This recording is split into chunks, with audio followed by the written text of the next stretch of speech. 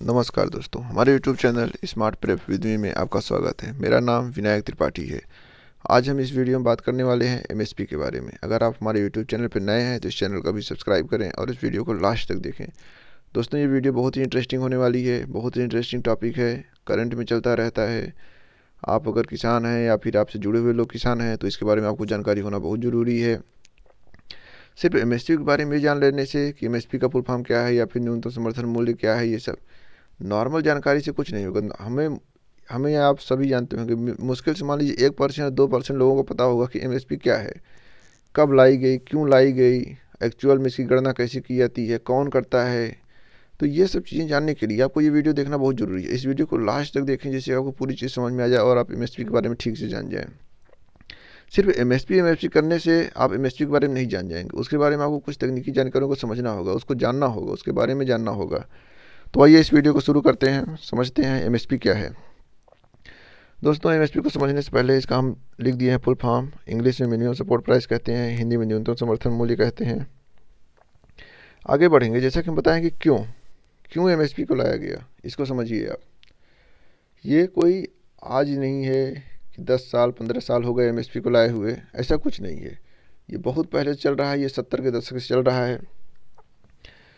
दोस्तों, 70 के दशक से चल रहा है। इसमें क्या था कि पहले जब इसको लाया गया था तब यह था कि हमारे पास उस समय 1962 का दौर में युद्ध हुआ था, फिर अकाल की संभावना दिखने लगी थी या अकाल जैसी कंडीशन उत्पन्न हो गई थी। उसके बाद क्या था कि हमारे यहाँ खाद्यान्न की सुरक्षा को लेकर बहुत बड़ा संकट उत्पन्न हो गया था, खाने पीने की किल्लत होनी शुरू हो गई थी। तो उस समय क्या किया गया कि जब आप हरित क्रांति के बारे में जानते होंगे, ये उसके पहले की बात है। तो इसमें क्या था कि फसलों को प्रोत्साहन देने के लिए लोग उस फसल को उगाएं। तो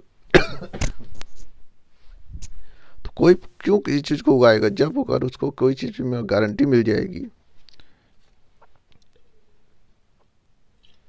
जैसे ही दोस्तों अगर गारंटी मिल गई किसी चीज़ को कि भाई इतना उगाओगे तो इतना मिनिमम प्राइस मिलेगा ही, तो जब फ़ायदा दिखेगा लोग उगाना शुरू कर दिए। सबसे पहले गेहूं को दिया गया। तो एक कारण ये था कि फसलों की श्योरिटी लाने के लिए, खाद्य सुरक्षा को सुनिश्चित करने के लिए। लेकिन क्या हुआ, आज के डेट में क्या है, आज के डेट में इसकी उपयोगिता इस उसमें है कि मान लीजिए किसी चीज़ का बम्पर प्रोडक्शन हुआ, कोई फसल जैसे गेहूं की जब सीजन आता है तो बहुत ज़्यादा गेहूं का प्रोडक्शन होता है, धान का आता है तो बहुत ज़्यादा धान का प्रोडक्शन होता है, आलू हो गई, ये सब चीज़ें हो गई, इनका प्रोडक्शन बहुत ज़्यादा होता है। तो गवर्नमेंट क्या करती है कि इनकी प्राइस, मार्केट में प्राइस कैसे चलती है, डिमांड और सप्लाई पर डिपेंड रहती है, क्योंकि मार्केट इस समय अर्थव्यवस्था मार्केट उसमें चलती है। तो अगर किसी चीज़ का प्रोडक्शन बहुत ज़्यादा हो गया तो क्या होगा, उसकी कीमत गिरना शुरू हो जाएगी। कि मान लीजिए कोई कास्ट आई है 5 रुपये और बहुत ज़्यादा प्रोडक्शन हो गया है, पूरे देश में उसका प्रोडक्शन हो गया है, रखने की जगह नहीं है, ख़रीदने की उतना वो नहीं है, ज़रूरत नहीं है, तो क्या होगा कि प्राइस गिर जाएगी। ख़रीदने वाला भी कहेगा कि भाई हम हमारे पास रखने की नहीं है, हम इतना ख़रीद रहे हैं, यही बहुत है। तो किसान भी सोचता है चलिए कुछ न कुछ पैसा निकल आए, ना से तो अच्छा ही है, पूरा पूरा घाटा हो जाएगा।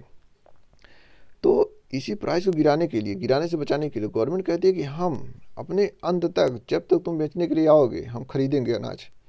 अनाज खरीदने में क्या है दोस्तों, गवर्नमेंट मंडियों के थ्रू अनाज खरीदती है और किसान, लेकिन कहती तो है कि हम खरीदेंगे, लेकिन किसान वहाँ तक पहुँच नहीं पाते। केवल आप मान के चलिए केवल 5% लगभग किसानों को MSP का लाभ मिल पाता है। 94% या फिर 95% किसान ऐसे ही रह जाते हैं जिनको MSP का कोई फ़ायदा ही नहीं मिलता है, वो वहाँ तक पहुँच ही नहीं पाते, क्योंकि कुछ टेक्निकल इसमें दिक्कतें आती हैं, उसको हम वीडियो को लास्ट में बताएंगे। लेकिन अभी अब मान के चलिए कि बम्पर प्रोडक्शन से फसलों की कीमत गिराने से बचाने के लिए MSP को लाया गया है। अब आज के इस दौर में MSP की क्या डिमांड चल रही है और MSP को क्यों लाया, आप इसको रिलेट कर सकते हैं, समझ सकते हैं कि MSP क्यों लाया गया। सबसे इंपॉर्टेंट पहलू यही है, क्यों लाया गया। अगर इसमें आज बात चल रही है कानून बनाने की या फिर और चीज़ों की बात चल रही है, तो उसके लिए हम वेट करेंगे कि कमेटी क्या निर्धारित करती है, सरकार क्या निर्णय लेती है, फिर उसके बाद हम एक और वीडियो उस पर बनाएंगे। लेकिन अभी के लिए आप जान के चलिए कि MSP को क्यों लाया गया था और आज इसकी क्या उपयोगिता है, क्या प्रासंगिकता है, ये आप अपने खुद समझ सकते हैं। आगे देखते हैं दोस्तों कब लाया गया इसको। अब कब लाने में क्या है कि जब हम आपको बताया ये 1962 का दौर था, उस समय हमारे सामने दिक्कत थी, किल्लत थी, तो इसको लाया गया। अब उसी समय क्या था कि यहाँ देखेंगे कि 1966-67 के आसपास सबसे पहले गेहूं के लिए MSP को ट्राई किया गया या फिर MSP दिया गया गेहूं के लिए। 70 का दशक चल रहा था, ये आपको हम पहले ही बता चुके हैं। उसके बाद देखते हैं दोस्तों 70 का दशक, आगे बढ़ते हैं। अब तीसरे नंबर पे आएंगे कि कौन निर्धारित करता है इसको। निर्धारित करने के लिए गवर्नमेंट ने क्या बनाया, एक आयोग बनाया। आयोग का फुल फॉर्म क्या है, आयोग को CACP कहते हैं। इसका फुल फॉर्म है commission for agriculture cost and prices. इसको आप अंग्रेजी में ही याद रख के चलिए, और हिंदी में भी आप उतना ध्यान न दीजिए। हिंदी में अगर हम कहेंगे तो हिंदी बता देंगे इसकी कमेंट बॉक्स में, या फिर पिन करके लिख देंगे इसको CACP की हिंदी क्या होती है। आगे बढ़ते हैं, मेन पहलू को हम समझेंगे कि पहलू क्या है इसमें, CACP का रोल क्या था।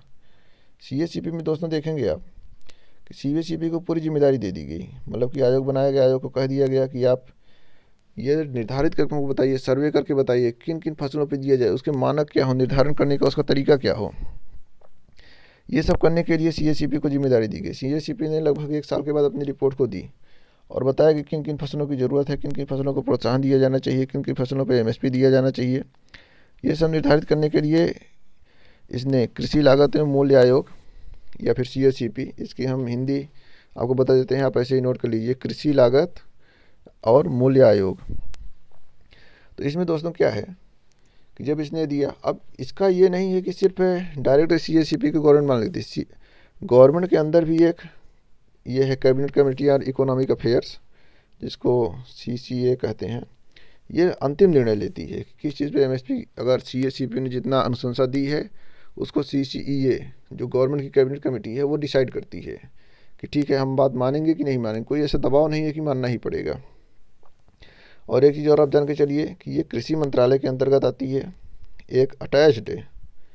इस बात को आप खास ध्यान दे के चलिए कि अटैच्ड ऑफिस है, कोई इसको संवैधानिक दर्जा नहीं मिला है। जिसकी बात चल रही है या फिर ऐसा कहा जा रहा है कि इसको कुछ कानूनी रूप दीजिए या फिर कुछ ऐसा करिए, अभी ये अटैच्ड ऑफिस है। आगे बढ़ते हैं दोस्तों, हम जो अपना पॉलिटी में लेक्चर बताएंगे तो वहाँ आपको बताएंगे कि संलग्न कार्यालय क्या होते हैं, संवैधानिक क्या है, वैधानिक क्या है, ये सब चीज़ें हम आपको वहाँ बताएंगे। अभी सिर्फ वहाँ आप थोड़ा थोड़ा जान के चलिए। अगर हम हर चीज़ का डिटेल करने लगेंगे तो क्या क्यों कैसे करने लगेंगे तो वीडियो बहुत बड़ा हो जाएगा। सिर्फ हम यहाँ MSP पे चर्चा करेंगे। आगे बढ़ते हैं, आगे हम देखेंगे किन किन आधारों पर MSP दी जाती है। दोस्तों सबसे पहले आपको डिमांड एंड सप्लाई, ये आप देख रहे हैं डिमांड एंड सप्लाई। अंतर्राष्ट्रीय स्तर पे भी इसको ध्यान रखा जाता है कि अंतर्राष्ट्रीय स्तर पर कीमतों में क्या उतार चढ़ाव चल रहा है या फिर अगले वर्ष क्या होगा, कैसे ट्रेंड उसका देखा जाता है। इनपुट और आउटपुट का मैटर क्या है कि जैसे किसान कितनी चीज़ों को इनपुट में लेते हैं, कितना वो खाद बीज खर्चा ये सब लगाते हैं, या फिर उनकी आउटपुट कॉस्ट कितनी है, तो कितना उनको लाभ होता है, कितना लाभ होना चाहिए, ये सब चीज़ें गवर्नमेंट निर्धारित करती है। मतलब कि MSP को लाने में, MSP को रेट फिक्स करने में और बहुत सारी क्राइटेरिया, हम कुछ आपको मुख्य मुख्य क्राइटेरिया को बता दिए हैं। बहुत सारी क्राइटेरिया हैं, 7 8 10 ऐसे करके कुछ क्राइटेरिया हैं। उनकी अब टेक्निकल में नहीं जाएंगे, हर चीज़ बताना शुरू कर देंगे वीडियो लंबा हो जाएगा। आगे बढ़ते हैं, 5वें नंबर पे देखते हैं कौन कौन सी फसलों को इसमें शामिल किया गया है। दोस्तों यहाँ ध्यान देने की ज़रूरत है। आपको अभी क्या लगता होगा कि मान लीजिए 99% लोगों को ये लगता है कि सिर्फ धान या गेहूं को ही MSP मिलती है और किसी फसल को MSP नहीं मिलती है। ऐसा नहीं है, MSP लगभग 23 फसलों को MSP दी जाती है। हालांकि इसमें कम ज़्यादा होता रहता है, गवर्नमेंट डिसाइड करती रहती है किसको MSP देना चाहिए, किसको नहीं देना चाहिए। लेकिन ये मान के चलिए केवल धान गेहूँ उसमें नहीं है, उसमें बहुत सारी फसलें हैं, जिसमें कुछ अनाज वाली फसलें हैं, कुछ दलहन वाली फसलें हैं, कुछ तेल वाली फसलें हैं।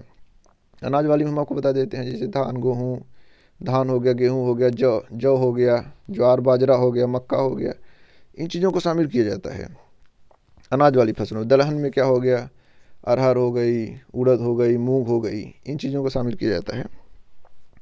आगे बढ़ते हैं, कुछ तेल वाली फसलें हैं जिसमें मस्टर्ड ऑयल भी शामिल है। जिसमें आगे देखते हैं दोस्तों, आगे बढ़ने से पहले हम ये देखेंगे कि MSP के निर्धारण में एक और तरीका है, जिसमें आप देख रहे हैं कि जिसको A2 या फिर ये A2 + FLC2 आप ये देख रहे हैं। अब इसकी तकनीकी बारे में हम नहीं जाएंगे। तकनीकी बारे में जाने का मतलब क्या है कि फिर वो बहुत ज़्यादा टेक्निकल हो जाएगा। क्या होता है, मतलब कि ये सब कैलकुलेशन की चीज़ें हैं। बस आप इतना मान के चलिए कि A2 FLC2 में क्या मतलब है। जैसे कि मान लीजिए कोई किसान फसल बो रहा है, तो फसल बोने में क्या है, वो कुछ खाद खरीदेगा, कुछ बीज खरीदेगा, कुछ अपना यंत्र खरीदेगा, ट्रैक्टर ये सब खरीदेगा, कुछ उसका खर्चा आएगा। सिंचाई में कुछ यूज करेगा, कुछ उसका खर्चा आएगा। और देखेंगे कि जैसे आदमी मतलब खेती करते हैं, पूरे घर के लोग लगे रहते हैं खेती करने में, भाई वो भी तो दिन भर काम कर रहे हैं, उनकी भी तो कुछ मजदूरी बनती है, तो उस मजदूरी को भी जोड़ना। अब क्या होता है, जैसे खुद की खेत है तो उसमें किराया नहीं देना पड़ता, लेकिन जब आप किराए पे खेत लेंगे, कॉन्ट्रैक्ट पे खेत लेंगे, या फिर कुछ ऐसे जोड़ के खेत लेंगे, तो वहाँ पर खेत का किराया भी देना पड़ेगा। अगर आप लोन ले रहे हैं चीज़ों खरीदने के लिए, कोई यंत्र लगाने के लिए, बड़े खेत हैं, तो आपको कुछ लोन भी लेना, उसका ब्याज भी देना पड़ेगा। तो किसान ये कह रहे हैं कि भाई एमएसपी को ठीक से लागू किया जाए, सिर्फ थोड़े बहुत में न लागू किया जाए, हर क्राइटेरिया को ठीक से ध्यान दिया जाए, जिससे किसानों को ज़्यादा से ज़्यादा फ़ायदा हो सके। हालांकि इसकी बात चल रही है, इसके बाद हम आएगा कोई निर्णय तो उस पर वीडियो बनाएंगे। दोस्तों, तो आप देख चुके हैं, एक बात हम आपको और बता देते हैं कि जैसे अभी हम दिक्कत बताने वाले हैं आपको, उसके पहले हम आपको बता देते हैं कि एमएसपी में क्या होता है। जैसे आप देख रहे हैं, आपके सामने एक वीडियो चल रहा है, इसमें क्या है कि आपको खेत दिखाया जा रहा है। देखिए खेत की साइज़ कितनी बड़ी है। ऐसे जो बड़े बड़े खेत होते हैं, बड़े बड़े खेत में क्या है, मशीनीकरण का यूज़ किया जा सकता है। ज़्यादा से ज़्यादा मशीनों को यूज़ करेंगे, कॉस्ट कम आएगी और समय पर उनका जैसे ही निपटान हो जाएगा, तो टाइम से अगर बेच लिए तो उसका पैसा भी अच्छा जाता है। कीटनाशक या फिर ड्रोन का यूज, बड़े बड़े मशीनों का यूज, इन सब खेतों में बड़े आसानी से किया जाता है। अपने देश में क्या है, इतने छोटे छोटे खेत हैं, ट्रैक्टर तक घूमने की जगह नहीं रहती है कई बार। तो छोटे खेत होने से क्या है, प्रोडक्शन भी मतलब कॉस्ट भी ज़्यादा आएगी, प्रोडक्शन भी कम होगा, आप ज़्यादा चीज़ों को यूज नहीं कर पाएंगे। अगर बगल के खेतों का इफेक्ट आपके खेत पे पड़ेगा, मान लीजिए आपके खेत को खाद की ज़रूरत नहीं है, बगल वाले खेत में खाद डल गई, वो कहीं ना कहीं आपके खेत में आ गई, तो छोटे खेत होने से बहुत नुकसान होता है। अब देखिए किस तरह से बड़े बड़े फार्म साइज होते हैं, तो यहाँ खेती करना आसान रहता है। एक दिक्कत तो ये हो गई। अब आगे की दिक्कतों में समझते हैं दोस्तों कि एमएसपी में दिक्कत क्या है। एमएसपी में दिक्कत में एक रूप में देखेंगे कि जैसे कि मान लीजिए कि हर राज्य का, जैसे अभी बताया हम आपको कि राज्यों में मान लीजिए कहीं पे पानी की सुविधा है, कहीं पे सिंचाई की सुविधा है, कहीं पे खेत ज़्यादा बड़े बड़े हैं, कहीं की क्लाइमेट अच्छी है, कहीं की मिट्टी अच्छी है, तो क्या है कि लागत में अंतर आ जाता है। लेकिन जब एमएसपी मिलती है तो एमएसपी पूरे देश के लेवल पे मिलती है, हर राज्य के किसानों को एक जैसी एमएसपी मिलती है। जहाँ लागत कम आ रही है वहाँ भी एमएसपी होती है, जहाँ लागत अधिक आ रही है वहाँ भी एमएसपी होती है। तो एमएसपी में मतलब कि एक वो नहीं है, समानता नहीं है।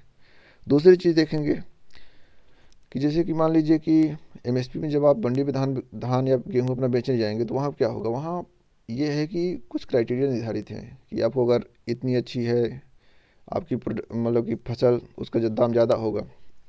कई बार क्या होता है, किसान फसल को बचा नहीं पाते, उसमें नमी आ जाती है, या फिर उसमें कोई रोग लगा रहता है, या फिर कंकड़ पत्थर आ जाते हैं, तो फिर वहाँ पे कॉस्ट कम हो जाती है। और इसी चीज़ को बचाने के लिए जैसे तो किसान क्या करते हैं, बिचौलियों के हाथ बेच देते हैं, और बिचौलिए जाके मंडी में बेच देते हैं, अच्छा पैसा कमाते हैं। तो यहाँ भी किसानों का घाटा हो रहा है। तो कई बार किसान मानक भी पूरा नहीं कर पाते उसका मंडी में बेचने के लिए।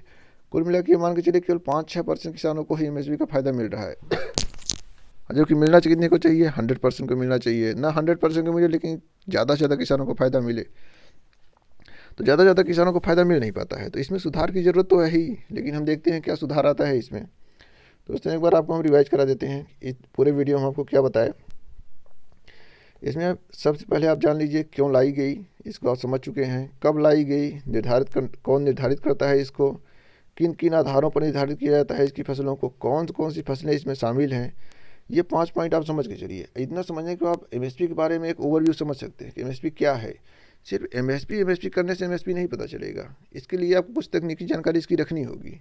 क्योंकि अगर संसद में कोई कानून चल रहा है, कोई बात चल रही है, इतने बड़े बड़े आंदोलन चल रहे हैं, तो इसके बारे में आपको जानना बहुत ज़रूरी है, जिससे आप थोड़ी थोड़ी चीज़ों को समझ पाएँ, अपनी क्षमता को, तर्क वितर्क की क्षमता को आप मजबूत कर पाएँ। तो आप इस वीडियो को देखने के बाद एक स्तर तक आप अपनी समझ को बढ़ा चुके होंगे, और आपको ये चीज़ मालूम हो गई होगी कि एमएसपी क्या है, या फिर इसमें क्या सुधार होने चाहिए। आप खुद अपना एक तर्क दे सकते हैं, अपना एक खुद व्यू दे सकते हैं कैसे होना चाहिए, क्या होना चाहिए। तो दोस्तों, हमारे वीडियो में, हमारे इस लेक्चर की सीरीज़ में हम ऐसे ही इंटरेस्टिंग टॉपिक पे वीडियो लाते रहेंगे। आपको अगर किसी टॉपिक पे ज़रूरत है वीडियो की, आप हमें कमेंट सेक्शन में बताएं, हम उस पर वीडियो बना देंगे। दोस्तों, अगर इस वीडियो को आप अभी तक इस चैनल को अभी तक सब्सक्राइब नहीं किए हैं तो इसको अभी सब्सक्राइब करें। अगर ये वीडियो आपको अच्छा लगा हो तो इसको लाइक करें, और ज़्यादा से ज़्यादा लोगों को शेयर करें। और हमारे इस यूट्यूब चैनल की घंटी की बटन जरूर दबा के रखें, क्योंकि जैसे ही हम कोई वहाँ पे निर्णय आएगा, संसद में बात चल रही है, कमेटी बनाई गई है, हम आपको तुरंत अपडेट कराएं। तो जैसे हम वीडियो अपलोड करें आपके पास तुरंत नोटिफिकेशन पहुँचे, जिसके लिए आपको घंटी की बटन दबा के रखना होगा। तो दोस्तों इस वीडियो को यहीं पे ख़त्म करते हैं। अगर आपको लगता है कि और आप ज़्यादा जानकारी चाहिए या फिर कोई भी चीज़ छूट गई है तो आप हमें कमेंट सेक्शन में बता देंगे, हम उसको अगले वीडियो में ठीक कर देंगे। तो दोस्तों इस वीडियो को यहीं पे ख़त्म करते हैं। धन्यवाद। जय हिंद।